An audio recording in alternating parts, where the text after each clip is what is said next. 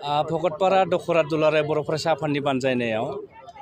द'थि बड'लेण्ड मुंख्लं जोलुर बादायलायनाय 2022 मायथाइ दिनै फैयै फैयै जोबथा बादायलायनाय फाइनाल गेम बेवहाय बेखेवगिरि महरै बर' थुनलाइ आफादनि मानगोनां गाहाय नेहाथारि प्रसान्त बर' बिथाङा बेखेवनानै होलांबाय आरो आंबो दुलाराय बर' फरायसा आफादनि आरो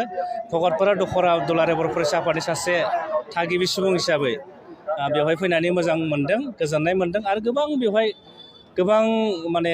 रावारि गोबां गुबुन गुबुन हारिनि माहारिनि मानसिफ्रा बेवहाय जोंखौ मदद होफैदों आरो दुलाराय बर' फरायसा आफादनि थांखियाव बेनो जाय मुंख्लं बिथांमोना जोंनि थामोनथा जोंनि सिकिउरिटि जोंनि जौगाथायनि थाखाय बिथांमोना जिउ बावलांबाय आरो बिथांमोननि जिउ बावलांनायखौ जों गोजोरै लाखिनाया दुलाराय बर' फरायसा आफादनि थांखि आरो बिथांमोननि सान्थौ आरो सानस्रिखौ जोङो अरायबो जोङो गोजोरै लाखिनो थाखाय भकतपारा दखरा दुलाराय बर' फरायसा आफादा जोलुर बादायलायनायखौ होदों आरो जों सानो जोलुर बादायलायनायनि गेजेरजोंनो जोंनि समाजाव बर' समाजाव आथिखालाव गोबां जोङो मा जेंनाफोरखौ नुदों जेरै जोंना उन्दै गथ'फ्रा मा ड्राग्स लायो जुवा गेलेयो बेल' नङा उन्दै बैसोआवनो मा हाबा जायो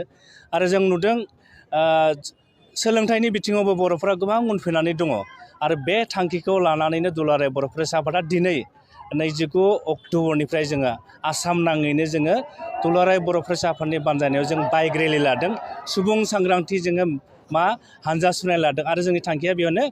गुबुन हारिफ्रा जोंनि हायाव बे आयेनै हाबफैदों बेखौ होबथानाय आरो जोंनि लाइमोनफोरा जायफोर लाइमोना कलेजाव फरायना दङ इउनिभारसिटियाव फरायना दं स्कुलफोराव फरायना दं बिथांमोना मा खालामो ड्राग्स लादों जौ लोंदों आरो बे आयेननि बागै मा गेम गेलेदों जुवा गेलेदों बेफोरखौ समाजनिफ्राय गैया खालामनाय नोजोरजों आरो जों सोलोंथाइनि गुन गोनां सोलोंथाइ लानानै जोंनि हारियाव सुबुं सम्पद सोरजिहोनो थाखाय दुलाराय बर' फरायसा आफादा आसाम नाङैनो दिनै चिरां जिल्लानिफ्राय जोङो बाइक रेलिखौ स्टार्ट खालामदों आरो बेयो जों आसाम नाङैनो बे रेलिखौ जों लानाय जागोन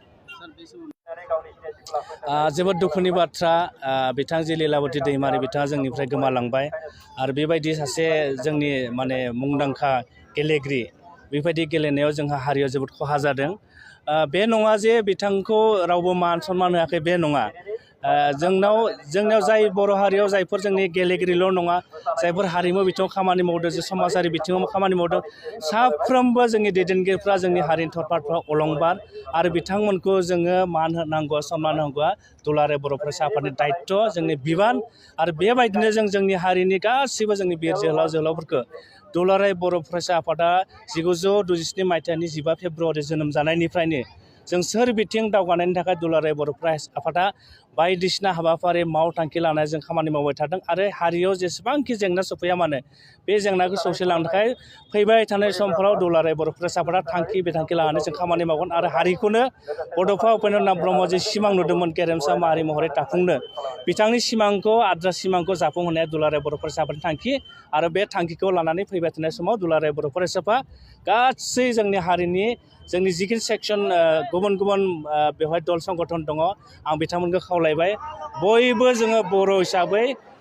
खामानि मावलांनांगोन आरो बर' हारिखौ बयजोंबो सिनायथि होनांगोन आरो दावगाहोनांगोन आरो दुलाराय बर' फरायसा आफादनि थांखियाबो बेनो आरोखि